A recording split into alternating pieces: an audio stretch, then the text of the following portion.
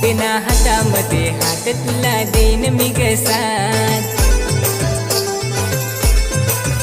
दोघं मिळून या चालू आपले प्रेमाची गवाट.